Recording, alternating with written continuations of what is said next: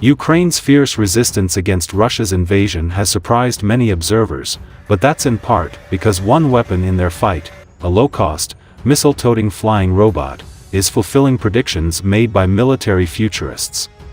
Russia has seen shocking losses of tanks and other armored vehicles.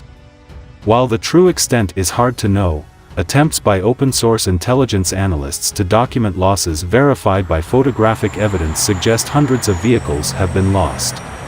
Some 33 of those vehicles, including 2 trains carrying fuel to Russian forces, have been destroyed by a cheap Turkish drone called the Bayraktar TB2. And that's a conservative estimate.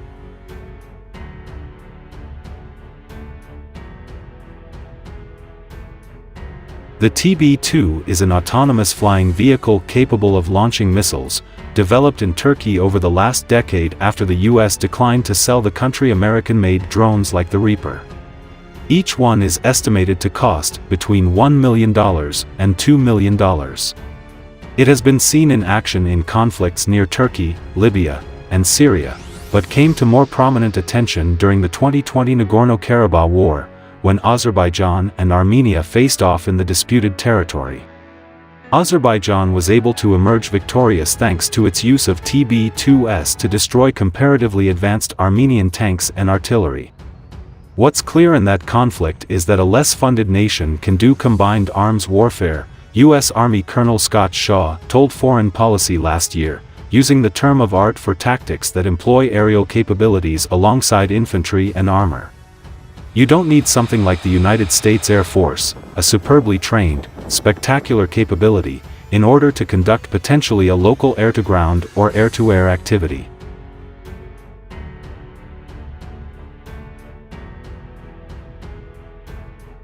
That forecast has been playing out in Ukraine, where many military experts expected Russia's more advanced military to quickly occupy the country.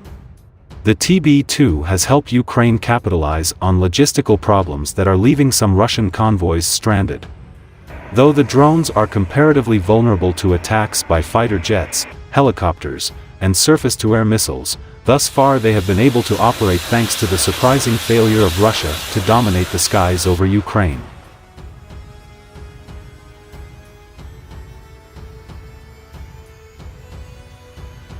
Military experts still expect that Russia will ultimately seize Ukraine's key cities, likely through the brutal tactics of attacking civilian areas that have characterized Putin's past military actions.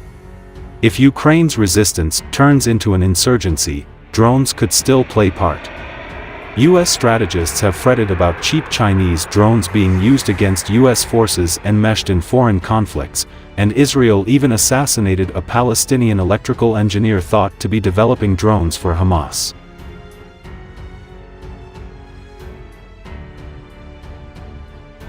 This is just the beginning of how low-cost technology can change the course of war for countries like the US and Russia that rely on expensive armed ground forces. The weapon is even part of Ukraine's information warfare strategy.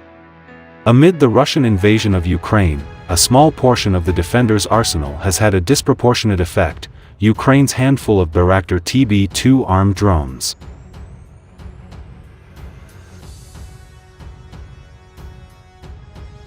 Videos of their exploits have millions of views. They've destroyed surface-to-air missile launchers and logistics trains. They've inspired songs and are a common refrain in videos taunting the Russian invaders. Despite their small number, around 20, according to pre-war comments made to Al Monitor, the drones have been heavily utilized, according to Ukrainian officials. Russia, on the other hand, claims it has shot down some of the drones.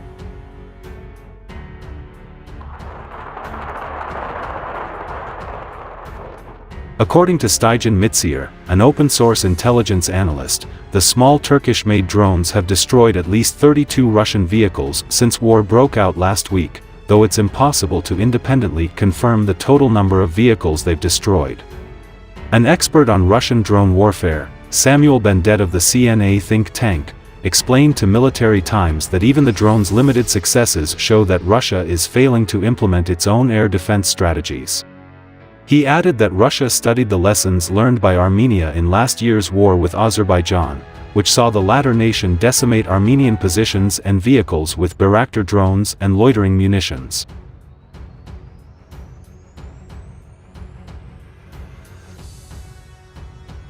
Perhaps the biggest lesson of that conflict, Bendet said, was that slow, low-flying drones like the Bayraktar are effective against outdated air defense systems. Russian planners were confident that their force structure, which prioritizes modernized, layered air defense, would be able to prevent such a massacre, but we're not seeing what Russians have advertised, Bendet said. Russian units are usually arrayed in battalion tactical groups, BTGs, with layered air defense and anti-drone capacity, said Bendet.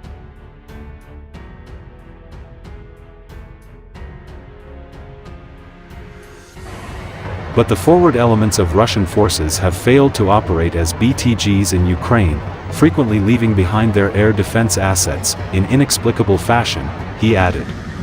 In Ukraine, Russia doesn't seem to display the very tactics, techniques and procedures that it's practiced for years and sought to perfect in Syria, to provide adequate cover to its ground forces, he said. Bendet also pointed towards the mythology of the Bayraktar and how Ukraine is winning the information war. For all the Russian military talk about winning information war, they seem to be losing, and the videos of Bayraktars striking what appears to be Russian targets is feeding into that Ukrainian information campaign, he said. Bendet believes that the days of Bayraktar strikes are limited, though, should Russia reorganize its advance. If the Russian military reorganizes, if it sends in the BTGs, if it sends in adequate air defense capability, if it sends in its electronic warfare forces, it would become increasingly more difficult for Bayraktars to operate in an uncontested fashion, said the drone expert. They were definitely aware of the threat. They definitely practiced against the threat. And even should the Russians recover and counter the drone threat, he noted, they were supposed to eliminate a lot of Ukrainian air defense capability from the first hours of the campaign. That includes the air bases where the drones are stored, fueled, and equipped. A portion of that responsibility, according to other experts and US officials who spoke with Reuters, lies with the conspicuous absence of the Russian Air Force over the skies of Ukraine.